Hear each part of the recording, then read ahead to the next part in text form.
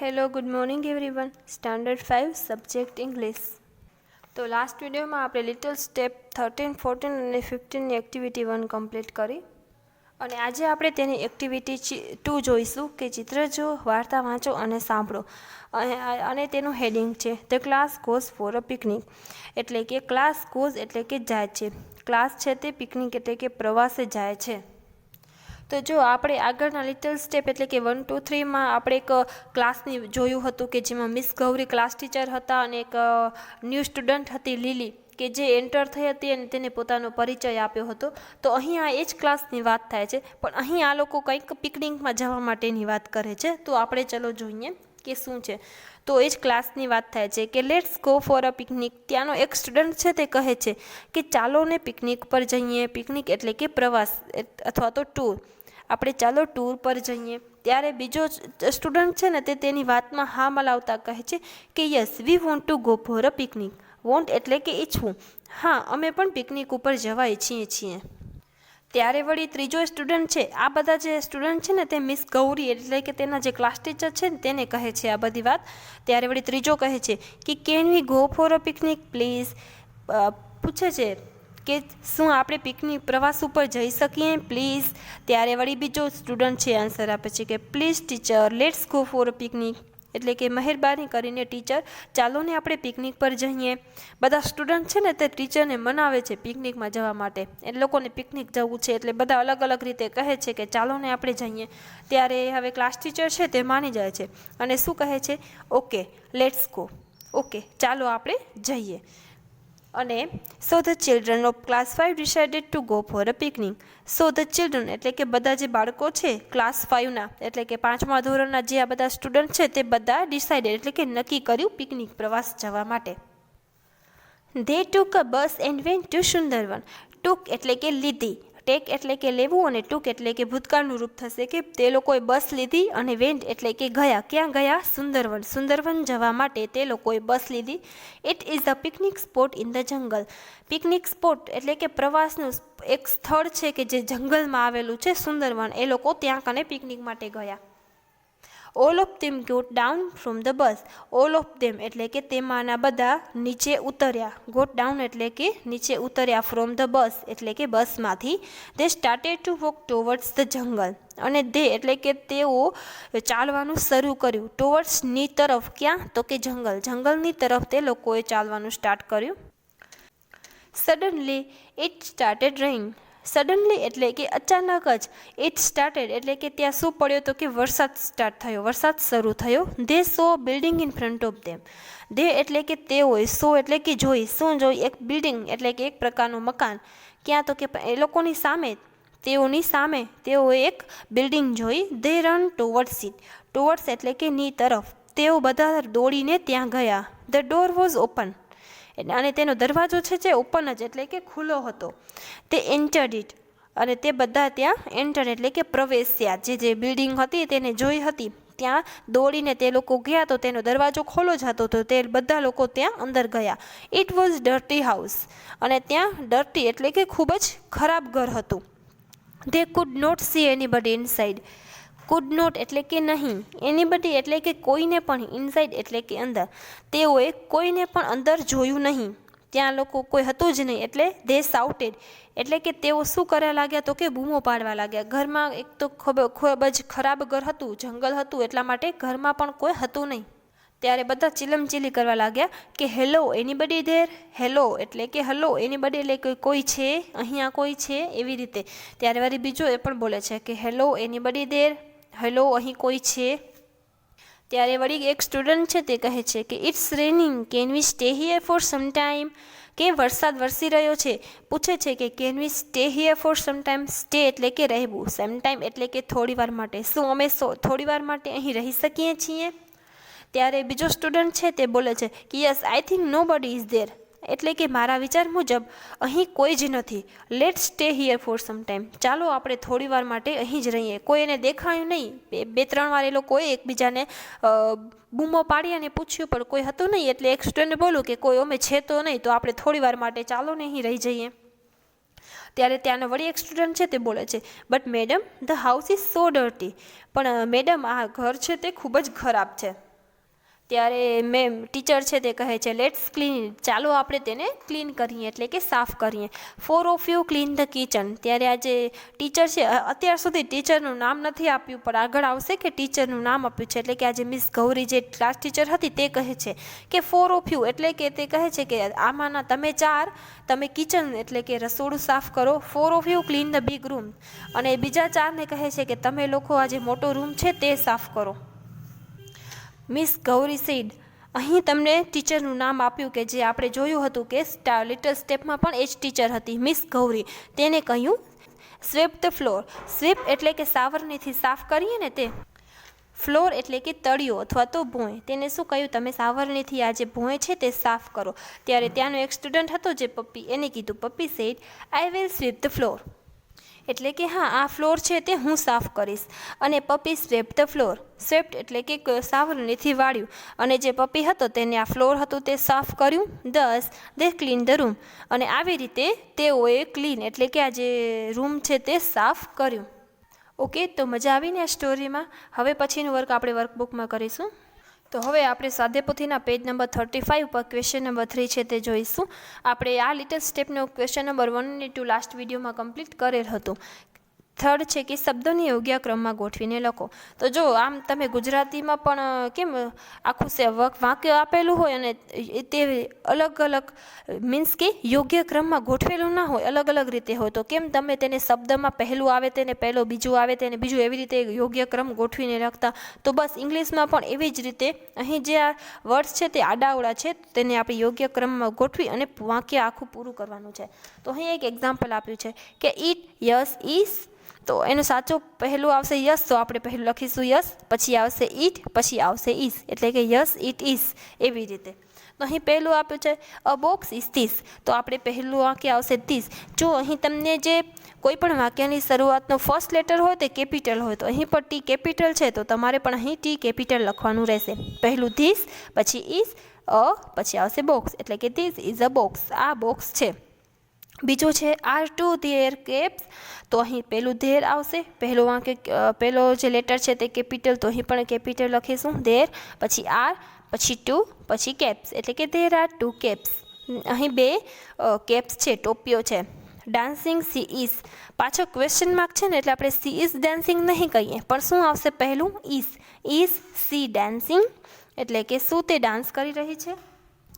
અને અહીં ફોર્થ છે કે ઇઝ યસ સી, તો અહીં જો તમને ક્વેશ્ચન માર્ક નથી એટલા માટે આપણે પહેલું લખીશું યસ સી ઇઝ, હા તે છે. પછી છે in it box is the, તો આપણે એમાં લખીશું પહેલું ઇટ, પછી ઇઝ, પછી in the box, is in the box, કે તે બોક્સમાં છે. એન ઇઝ એપલ ઇટ, તો આપણે એનો ક્રમમાં ગોઠવીને લખીશું ઇઝ ઇટ એન એપલ, શું તે એપલ છે. પાછા ક્વેશ્ચન માર્ક છે એટલા માટે આપણે ઇઝ પહેલું આવ્યું, પછી ઈટ આવ્યું. અ મી ગીવ પેન, તો આપણો ક્રમમાં ગોઠવીને લખીશું ગીવ મી અ પેન, એટલે કે મને પેન આપ. રેડ ઇટ ઇઝ, તો આપણે લખીશું ઇટ ઇઝ રેડ, એટલે કે તે રેડ એટલે કે લાલ છે. ઇઝ વેર બુક યોર, તો પહેલું વેર, પછી ઇઝ, પછી યોર, પછી book. Where is your book, તારી બુક ક્યાં છે. ધીસ વોટ ઇઝ, તો આપણે લખીશું વોટ ઇઝ ધીસ, આ શું છે. હવે જુઓ અહીં યુનિટ 1 છે ને એનો ક્વેશ્ચન નંબર 1 થી 3 છે ને એ આપણે એક ચોપડીમાં જે સ્ટોરી આપેલી છે ને એના રિલેટેડ છે, તો એ આપણે નેક્સ્ટ વિડીયોમાં લઈશું. અત્યારે આપણે આજે હાઉ મેની વડે જોઈ ગયેલા હતા એ જ આપણે ક્વેશ્ચન નંબર 4 ફરીથી જોઈશું. એ જ છે કે ચિત્ર જોઈ, પ્રશ્ન વાંચો અને કૌંસમાંથી યોગ્ય ઉત્તર પસંદ કરી લખો. તો એની ઉપર તમને અહીં બોક્સ આપેલું છે કે જેમાં હાઉ મેની વડે પ્રશ્ન પૂછ્યા છે અને ધેર ઇઝ અને ધેર આરથી આપણે આન્સર આપવાના રહેશે. તો હાઉ મેની એટલે થશે કે કેટલા, એ તો આપણે જોઈ ગયા કે કોઈ પણ વસ્તુ, વ્યક્તિ વગેરેની આપણે જ્યારે સંખ્યા જાણવી હોય ત્યારે આપણે હાઉ મેની વડે પ્રશ્ન પૂછીએ. પણ અહીં છે કે ધેર ઇઝ અને ધેર આર, તો ધેર ઇઝ ક્યાં યુઝ થશે અને ધેર આર ક્યાં યુઝ થશે, તો આપણે એ જોઈએ. તો કે ધેર પાછળ ઇઝ હોય ત્યારે એનો આપણે એક વચન, એટલે કે કોઈ પણ વસ્તુ એક હોય એને એક વચન કહેવાય, ત્યારે આપણે ધેર ઇઝ વડે આન્સર આપીએ. અને આર જ્યારે કોઈ પણ ઘણી બધી વસ્તુઓ જ મને આન્સર આપવું હોય ત્યારે આપણે ધેર આર વડે આન્સર આપીએ. ઓકે, તમને અહીં એક એક્ઝામ્પલ આપ્યું છે કે પૂછ્યું છે કે how many caps are there, કેટલા કેપ્સ છે એટલે કે ટોપી કેટલી છે. તો જો તમને અહીં એક જ ટોપી આપે છે એટલે એક વચન થયું, તો આન્સરમાં આવશે ધેર ઇઝ. ધેર આર નહીં પણ ધેર ઇઝ વન કપ, એટલે કે અહીં એક જ ટોપી છે. અને અહીં તમને પૂછ્યું છે કે how many balls are there, તો અહીં તમને 3 બોલ દેખાય છે, એટલે કે એક કરતાં વધારે થયા તો એ બહુવચન થયું. તો આપણે એના જવાબમાં ધેર આર લગાવીશું પાછળ. ધેર પાછળ ઇઝ હોય તો એક વચન અને આર હોય ત્યારે બહુવચન, કે ધેર આર 3 બોલ્સ, એટલે કે 3 દડા છે, એવી રીતે. તો અહીં એવી જ રીતે એક્ઝામ્પલ આપ્યું છે કે how many apples are there, કેટલા એપલ્સ છે, તો જો તમને અહીં 4 એપલ્સ દેખાય છે, એટલે એક કરતાં વધારે, તો ધેર આર 5 એપલ્સ કે ધેર આર 4 એપલ્સ, તો અહીં આપણે લખીશું ધેર આર 4 એપલ્સ, એટલે કે અહીં 4 એપલ છે. બીજું છે કે how many kites are there, કેટલા કાઇટ્સ છે, ધેર ઇઝ 1 કાઇટ કે ધેર આર 10 કાઇટ્સ, ઘણા બધા કાઇટ્સ છે જે 10 છે, તો આપણે લખીશું ધેર આર 10 કાઇટ્સ. પછી છે how many pencils are there, તો અહીં તમને પેન્સિલ કાઉન્ટ કરવાની કે કેટલી છે, તો 12 છે, તો આપણે લખીશું ધેર આર 12 પેન્સિલ્સ. એવી જ રીતે અહીં એપલ્સ પૂછે છે કે કેટલા છે, તો ઘણા બધા છે, તો આપણે ધેર ઇઝ 1 એપલ નહીં પણ લખીશું આપણો આન્સર ધેર આર 15 એપલ્સ. ઘણા બધા છે 15, એટલા માટે ધેર આર આવ્યું. How many stars are there, ઘણા બધા સ્ટાર્સ છે, તો આપણે તમારે કાઉન્ટ કરવાના કે કેટલા છે, અને પછી આપણે અહીં લખવાનું સાચો આન્સર કે ધેર આર 20 સ્ટાર્સ. આ 20 છે એટલા માટે આપણે 20. અને અહીં જો how many trees are there, અહીં તમને કેટલા ટ્રી એટલે કે ઝાડ દેખાય છે, તો અહીં એક જ ઝાડ છે, એટલા માટે અહીં લખીશું ધેર ઇઝ 1 ટ્રી. ઓકે, તો અહીં બધાને ક્લિયર ને કે કોઈ પણ એક વસ્તુ હોય ત્યારે ધેર ઇઝ, અને બહુવચન હોય ઘણી બધી વસ્તુ ત્યારે ધેર આર, અને કાઉન્ટ કરીને જે સાચો આન્સર હોય તે તમારે લખવાનું રહેશે. અને ક્વેશ્ચન નંબર 5માં પણ એવી જ રીતે આપેલું હોય કે આપણે વર્ગખંડની વસ્તુઓના નામ અહીં તમને આપેલા હોય ઘણી બધી, તો આમાંથી તમારે જે વસ્તુઓ તમને યોગ્ય લાગે એ તમારે વર્ડનો યુઝ કરી અને ધેર ઇઝ અને ધેર આરથી આપણે અહીં વાક્યો બનાવવાના છે. તો અહીં એક એક્ઝામ્પલ આપ્યું છે કે ટીવી વર્ડ યુઝ કરીને લખ્યું છે કે there is no TV in my classroom. એક જ ટીવી વાત થાય એટલે ઇઝ, અને એમ કહે છે કે મારા ક્લાસમાં એક પણ ટીવી નથી, એટલા માટે આપણે લખીશું there is no TV in my classroom. અને પછી આપણે અહીં એને ફેન્સ વર્ડ યુઝ કરેલો છે, એટલે કે પંખો. ઘણા બધા પંખાઓની વાત થાય છે, એટલા માટે લખ્યું કે there are 2 fans in my classroom, એટલે કે મારા ક્લાસમાં 2 પંખા છે.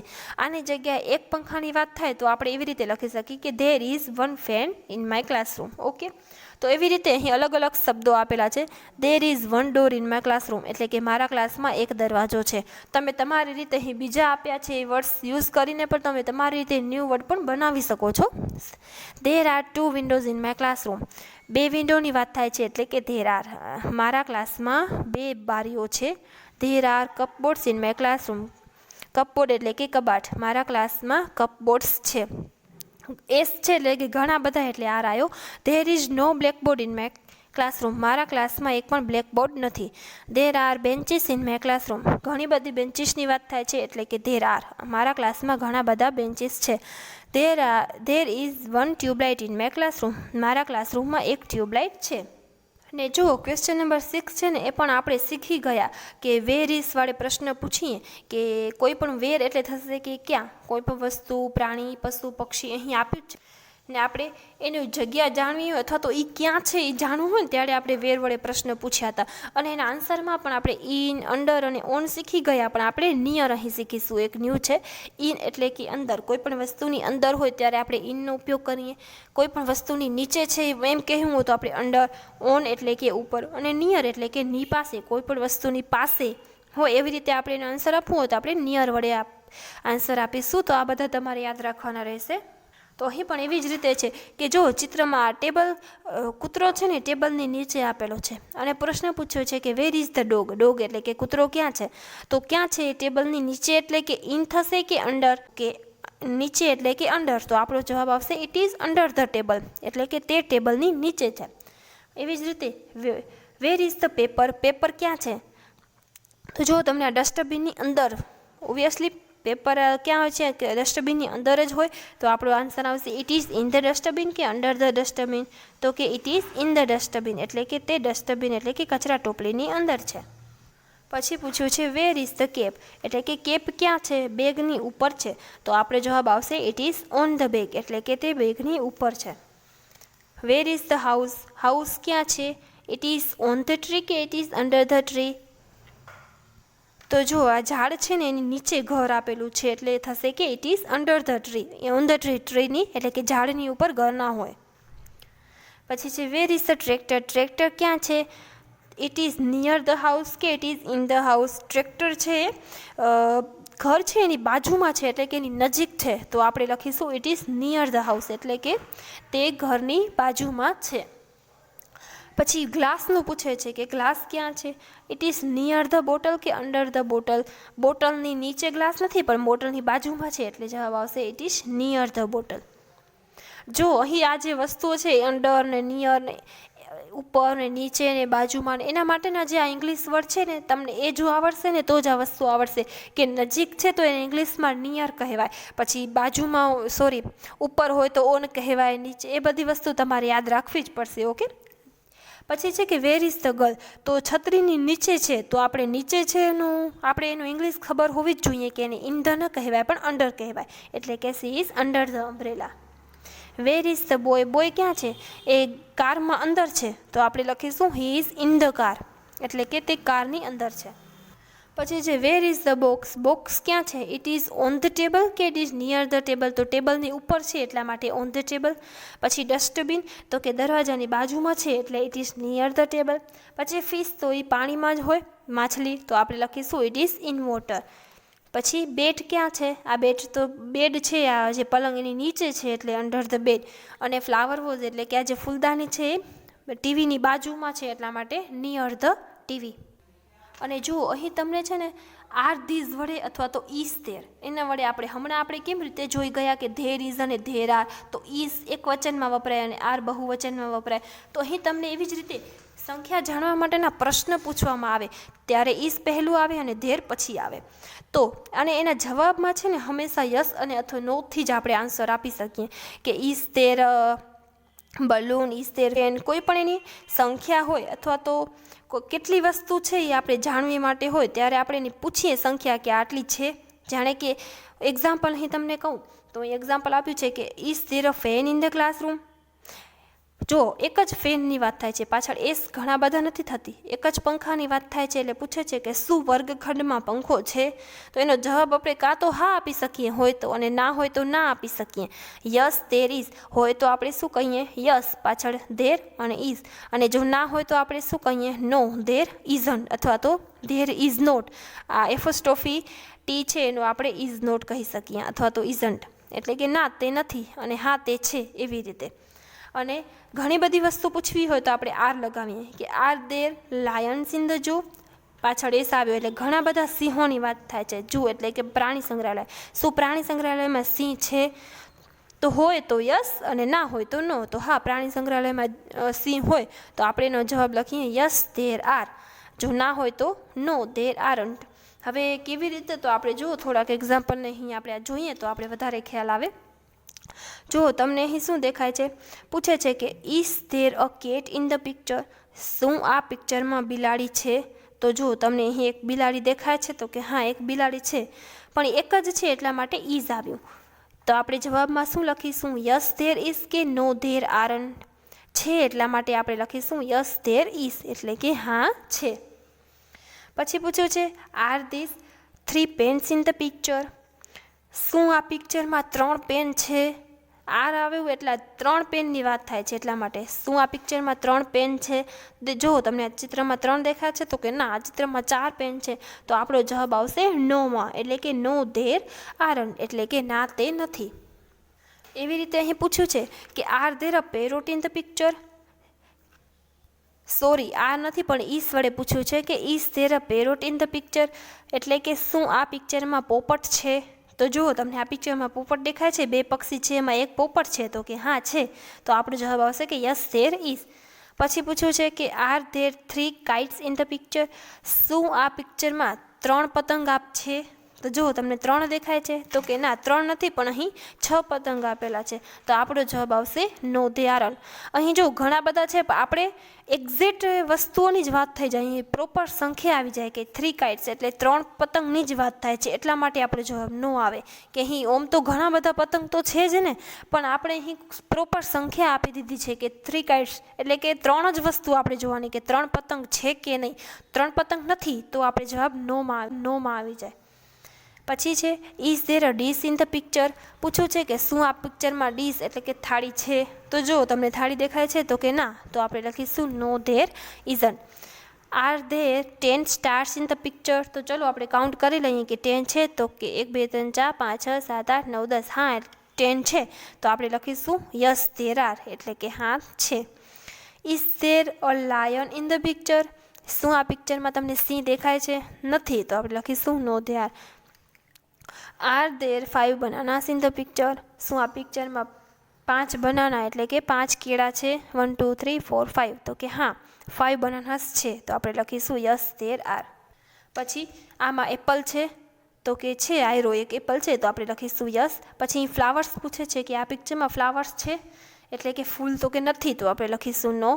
પછી પૂછ્યું છે ઇઝ ધેર અ બેટ. શું આ પિક્ચરમાં બેટ છે, તો આપણે લખીશું yes. Are there roses in the picture. આમાં રોઝ છે તો કે હા રોઝીસ, ઘણા બધા રોઝીસની જ વાત થાય છે એટલે કે 2 ગુલાબ છે, તો આપણે લખીશું યસ ધેર આર. ઓકે, તો સમજમાં આવી ગયું ને. અને આમાં કંઈ પણ તમને કાંઈ ડાઉટ લાગે તો તમે મને વોટ્સઅપમાં અથવા તો કોલ કરીને પૂછી શકો છો.